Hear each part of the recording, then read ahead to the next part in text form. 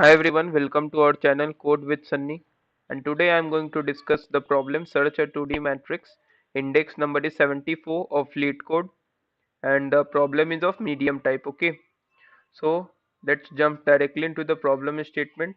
In this problem, we have been given a 2D matrix of size m into n, and we have to find an element in the matrix, and if it exists we have to return true, denoting that we have found the element. Otherwise we are going to return false. Suppose we have to find 16 in this example 1. You can see here it is a 2D matrix. If 16 is present we are going to return true, otherwise we are going to return false. Now one advantage we have in this matrix is the elements in the row, that is elements in a particular row, are sorted in increasing order. That is, for each row you can find the elements are sorted in increasing order. Similarly, for the each column you can find the elements are sorted in increasing order. So let's look over the example one. You can see 1, 3, 5, 7 are the elements of the first row, and the elements are sorted in ascending order. Similarly, you can find for the elements of second row and the third row. And one observation you can also observe, or you can also see, that for each column the elements are also sorted in ascending order. That is 1, 10, 23, and for the further columns you can see. Okay, so how we are going to do this problem, that is to find an element in a matrix that is given to us, and if it exists we are going to return true, otherwise return false. What would be our the efficient algorithm to search for a given value in the matrix? So let's move further for further analysis of this problem. So before moving further, let us go through these important data, that is what is actually given in this question. So actually in let's summarize this. That is, we have been given a target value and a 2D matrix, and we have to check if the target element exists in the matrix or not. What is the main advantage of this matrix that is given to us? Integers in row as well as integers in column are sorted in ascending order. So this is the key advantage that we are going to use to solve this problem. So I am going to explain you with the example. Before moving further, let's discuss my two approach to solve this problem. That is our approach 1, which is the best approach that I can think, or our approach 2, which is also gives the result in in faster way, when n into m is going to be less than 10 power 4. I am going to discuss these two approaches. So let's start with approach 1. So in this approach we are going to start searching from top right corner of the matrix. Why we are going to search from top right corner of the matrix, I am going to tell you that also when I am going to discuss the examples. So if we found the target element, we are going to return true at that moment. Otherwise, if the current element is greater than the target, then the current column is useless. So I am going to move to previous column. And if current element is less than the target, I am going to move to next row, because I am done with the current row. Note that we are searching from the top right corner of the matrix. That is first row and the last column. That is, you can say 1 comma m. M is the what number of columns you can say. And if after we are done with all these three checks for each for each row, or you can say for each column, and if we haven't found the element still, we are going to return false. Okay, denoting that the target value is not present in a given matrix. So what would be the time complexity, or in this case it would be O of m plus n, and similarly space complexity would be O of 1. Why O of m plus n? I am going to tell you that also. And why O of 1? Because we are not going to use extra variables or extra vector or array to store. So this is my approach 1. Similarly, my approach 2 is when n into m is less than 10 power 4. Why I am using this condition? Because we are going to consider the above matrix as a sorted array. That's why I'm going to consider this step, and this is fruitful and well as faster when the n into m condition is less than 10 power 4. So this code or this approach works very well. Okay, so in this approach, what I am going to do, I am going to consider the above matrix as a sorted array and perform the binary search. So I am going to do the binary search. Still left is not equal to right. What is our left and what is our right? You can see here. I am going to start with my 0, that is L equals 0, and our end, that is extreme end would be n into m minus 1, where n is the number of columns, m is the what number of sorry, n is the number of rows and m is the number of columns that I am going to consider here.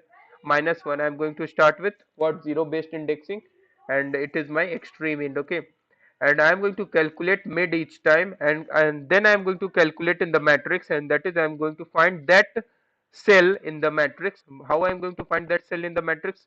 Note that when I calculate the mid would be what? I think I have forgotten here something. Mid is what? R by 2. Okay, so when I calculate the mid L plus R by 2, I am going to check in the matrix, that is matrix of mid by m and matrix of mid mod m, that is I am going to assign the corresponding cell in the matrix, and if it is less than target, I am going to move further, that is L equals mid plus 1, otherwise I am going to reduce my extreme end. And after doing this binary search till L is not equal to R, and finally we have reached the what's a single cell, and if that cell doesn't contain the target, we are going to return false, otherwise we are going to return true. That is I am going to check if the extreme end, that is R divided by M and R mod M, that is I am assigning the corresponding cell, and if it doesn't contains the value equals to target, I am going to return false, otherwise we have found the value. Okay, so why this approach is going to work? Because one key advantage is that integers in the row as well as column are sorted in ascending order. That's the main advantage. Okay, so these two approaches works fine, and the second approach works when n into m is less than 10 power 4, and the first approach works best in all the cases. Okay, so let's move on to the example how we can understand this. So suppose we have this matrix, and my first approach tells us that we have to start from the what, this corner, this 7, that is 1 comma m position, that is top right corner. Now what I am going to do is I am going to suppose, let's say we are going to search for element 11. Okay, so suppose I am going to search for element 11. Now my current element is 7. Now I am going to check if 7 is what, greater than or 11 or less than 11. Note that 7 is what, less than 11. So if 7 is less than 11, it is obvious that all the elements that are less than 7, that is all the elements in my current row, that is 1 3 5, is also less than 7. So we are done with this row. If the current element is less than the target element, then it is what, it is a waste to move in the current row.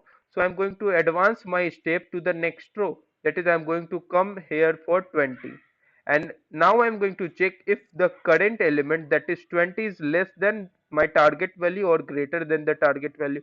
Now if you found, that is if we can find that 20 is greater than 11, so if 20 is greater than 11, it is obvious that to advance to the next row is a waste.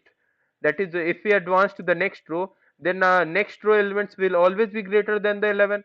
So we have to find the 11. So it is what, it is fruitful to go to the previous column, that is if our current element is greater than the target value, then we are going to search for the element, we are going to move to the previous column, that is I am going to come to 16, and if again I am going to check if 16 is greater than 11 or not, yes, it is greater than 11.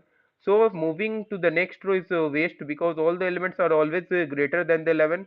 So we have to find the 11. So I am going to search for the values less than 11. So I have to move to the previous column, that I am going to come here with 11, and it is if we can find this value, we are going to return true. Now this is our step. Why I'm going to start with the top right corner? Because suppose I'm going to start with 1. So if I am going to start with 1, then there would be two possible cases. Suppose I am going to check 20. So if I am going to start with 1, we are not aware that either we can advance to the next column or we can advance to the next row. There are two possibilities. But if we start from the top right corner and compare with the target value, we are always we have always what we can able to find only one step, that is either move to the next row or move to the next column, or you can say move to the previous column. Okay, so if we start from this position, that is 0 comma 0, or start with the position n comma 0, or start with the position n comma m, we are unaware about what would be the next step. There would be two possible steps, but if we start from here, you can see 7, we can always find the what would be the our suitable step. We can note that we can also start with the bottom right corner, it will also give the correct result. Okay, so this is our step approach one, and our next approach would be binary search, which would be, I am going to explain you with my code. Okay, so let's move on to the code. So this would be our, okay, let me uh, check out this one and explain you with this. Okay, so this is my first approach. I'm going to start with the top right corner. So I is less than what n, that is number of rows, and similarly j should be what, greater than 0. If current element is going to match with the target, I'm going to return true as it is, and if it is greater than target, then it is what, it is what ways to move to the next row. So I'm going to move to the previous column, that is j minus minus. Otherwise I am going to advance my next step with the current row, sorry, next row. Okay, so I'm going to increment my I, and we are going to do this till I is less than matrix dot size and j should be greater than 0, or unless we haven't found the target element, and finally I'm going to return false if we haven't found the element. So this is my first approach, and its runtime bits are 8 milli per second and memory is 9.5 MB. And let me discuss my next approach. That is, this is, I think, runtime is 0 ms, because it is very faster code and it works when n into m is less than 10 power 4, because I'm considering here, that is, I'm converting the matrix into the sorted array. Okay, now let me write the base condition, that is, the matrix, if number of rows is 0 or the number of columns is 0, then we cannot find the element, so I'm going to return false here. Otherwise I'm going to start with my lower end, and upper end should be m into n minus 1. Now I'm going to check if L is not equal to R, perform the binary search, find the mid element, and check if the corresponding cell in the matrix, that is mid by M and mid mod M, would be the corresponding row number and corresponding column number. And if it is less than target, then I'm going to advance my lower end. Otherwise I'm going to make my upper end equal to mid. And finally if the cell, that is the left cell, that is R by M and R mod M, would be the corresponding cell of the matrix, if it is equal to target, and I am going to return true, otherwise this will return false. Why I am going to do this? Because the integers in the row as well as in the column are sorted in ascending order. This is the key advantage that we are going to use in this step as well as in my previous approaches. Okay, so this has a runtime of 0 milli per second and it has very faster code. Okay, so if you have any doubts, do not forget to mention in the comment section of the video, and I will ask the viewers to like this video, share this video, and do subscribe to my YouTube channel for latest updates. Thank you for watching this video.